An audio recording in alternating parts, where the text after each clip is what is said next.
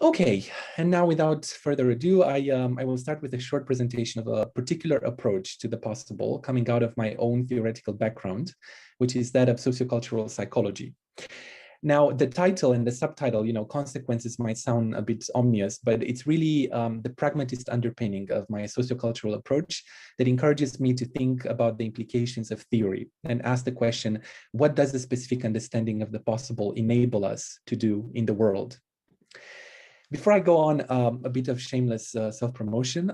These are 3 recent books from last year that outline in much more detail that I can convey in 10 minutes my thinking about the possible, and in particular the book on the left, certainly. And I've been trying to explore the link with mobilities as well, and I'm fascinated by the topic of wonder. So if anyone is interested as well, I'm happy to discuss more about that.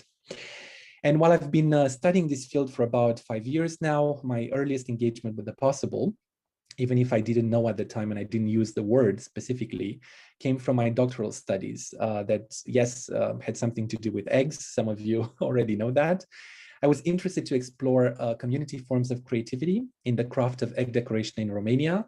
And from that time, more than 10 years ago now, I was struck by this fact that with all the constraints associated with craftsmanship, the egg remains a kind of an open canvas for decorators, a tiny space that becomes the playground of possibility, imagination, even risk-taking.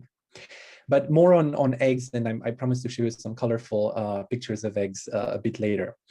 For now, I want to note that this initial intuition about possibility grew into a more elaborate view of what it means to explore the possible, an exploration that makes accessible for us at least 4 dimensions of experience. This is not an exhaustive, of course, model, if you want. But definitely we can think about what could be or alternatives to the present state of affairs, what is to come or anticipations, imaginations of the future, what might have been, counterfactual thinking about the past, and what is not, and even what might never be, related to utopian thinking and other forms of thinking. So this is not an exhaustive list, but a first attempt to map an extensive field, by definition. For anyone interested to know what the possible is about, I think we cannot really help but run into a series of old dichotomies, like the one between the possible and the real or the actual, as well as the pairing of possible with impossible, and to some extent the difference between possibility and probability.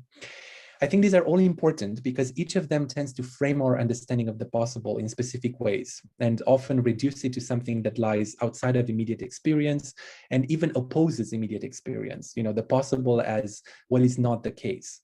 And these dichotomies build, of course, on even older, more pervasive separations between self and other, mind and body, freedom or free will and constraints, past and future, emotion and reason, so on and so forth. Now, needless to say, the anti-dualistic stance of most of sociocultural psychology, which is again a legacy of pragmatism, warns us against sharp divisions and instead points to the rather porous nature of the boundary between the possible and the real, or the possible and the impossible. And going even further, it proposes a view of interdependence between the here and now of immediate experience and experiences of possibility, arguing, convincingly in my view, that the possible grows out of the real and infuses it with new meanings and new characteristics, leading to its transformation. So in order to briefly tell you about some of the building blocks of the sociocultural theory of possibility I've been working on, I will return to the case of Easter eggs, very familiar to me from more than a decade ago. These are eggs seen here at different stages of decoration. For us to understand the dynamic interplay between the possible and the real, the stabilized form and the process that opens it up to a multitude of endpoints, we need to consider decoration not only in terms of final products, of course, the finished egg, but its processes. In other words, in terms of the action and interaction that expands and contracts spaces of possibility for the decorators, who use melted wax, color pigments, a heat source, a wooden stick with a metal pin at the end to decorate. And these actions and interactions really guide the entire decoration process. So action is the cradle of possibility, I propose. But in order to understand what structures action itself, we need to go a step further and reflect on the embodied social and symbolic positions we occupy in the world, at all times. In this case, it's the position of the decorators I was in contact with for my studies, living in the north of Romania, the border with Ukraine. Their ideas and practices owe a lot to the fact that their village, Ciocanești, pictured here, is an open-air museum in which decorators encounter patterns and motifs virtually everywhere, including on houses. This particular form of positioning facilitates the development of specific perspectives on the act of decoration. For instance, it's much more likely to be embraced as a form of activity, and more importantly, on what and how decorators work. Positions like the one associated with living in Ciocanești endow the person with a number of perspectives or action orientations, again in a pragmatist tradition. In other words, with specific propensities to think and act in specific ways. This uniqueness and at the same time diversity of perspectives at the level of the country is reflected in the variety of types of eggs being decorated. What I'm showing here are Easter eggs from a collection at the Museum of Ethnography in Bucharest.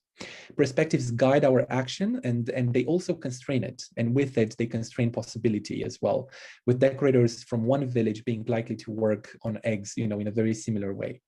But, and this is a very important but for our discussion, there is the other side of the story. Decorators don't have single perspectives, just as they don't occupy one and only position in the world. They can and they do draw on a variety of types of knowledge, life experience, some of these leading them actually down quite unconventional paths.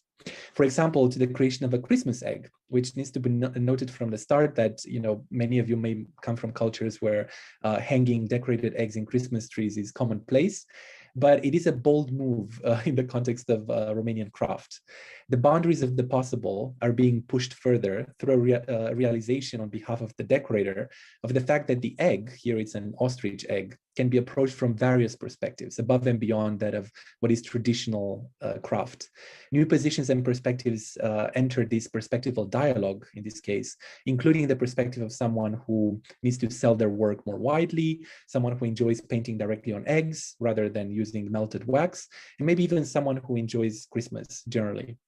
Now, we can debate whether this departure from convention and straying into possibility is actually worth it or valuable or aesthetic. But for the moment, let's keep in mind another key term of the sociocultural approach, which is dialogue, especially dialogues of perspective coming from different, oftentimes opposed forms of positioning in the world. Such dialogues lead to novelty and actively expand the boundaries of what the craft is, as well as what can be done on an eggshell, more generally. So here is an example of a Chinese craftsman engaged in eggshell carving.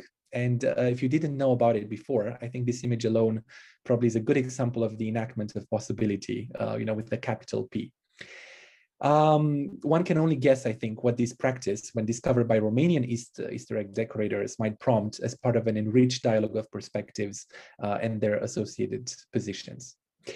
So, in an eggshell, if I'm allowed the pun, the sociocultural account of the possible that I'm proposing sees it as an emerging, category within and transforming our experience of the here and now, whenever multiple perspectives that originate from various positions we occupy in the world and actions we engage in are placed in dialogue with each other, leading to the emergence of novel understandings, actions, and ways of being. So this is a summary with a kind of boldened key notions for me, at least in my thinking, and multiplicity is definitely at the heart of it. So just before ending, what does it mean to think like this instead of upholding simpler views that say, the possible is everything that is not real or actual?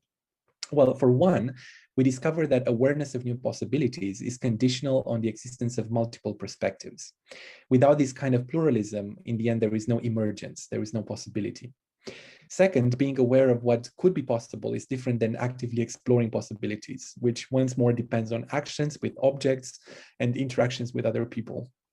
Romanian Easter egg decorators and Chinese craftsmen alike, can never fully know in advance what exactly they will do on the egg or how the egg will look like in the end. There is to a great extent, a consequence of this continuous moment-to-moment engagement with the possible that requires difference, and it also requires a dialogical space in which differences are recognized and acted upon. So cultivating such processes calls for a unique form of education that I've been calling Pedagogies of the Possible, a topic I currently work with a colleague, Ron Baguero, who's going to talk later on, actually, which is a practice that moves away from an education fundamentally focused on the transmission of old knowledge and aims instead at fostering the diversity that makes possibility likely, and basically that keeps it open to multiple and unknown futures.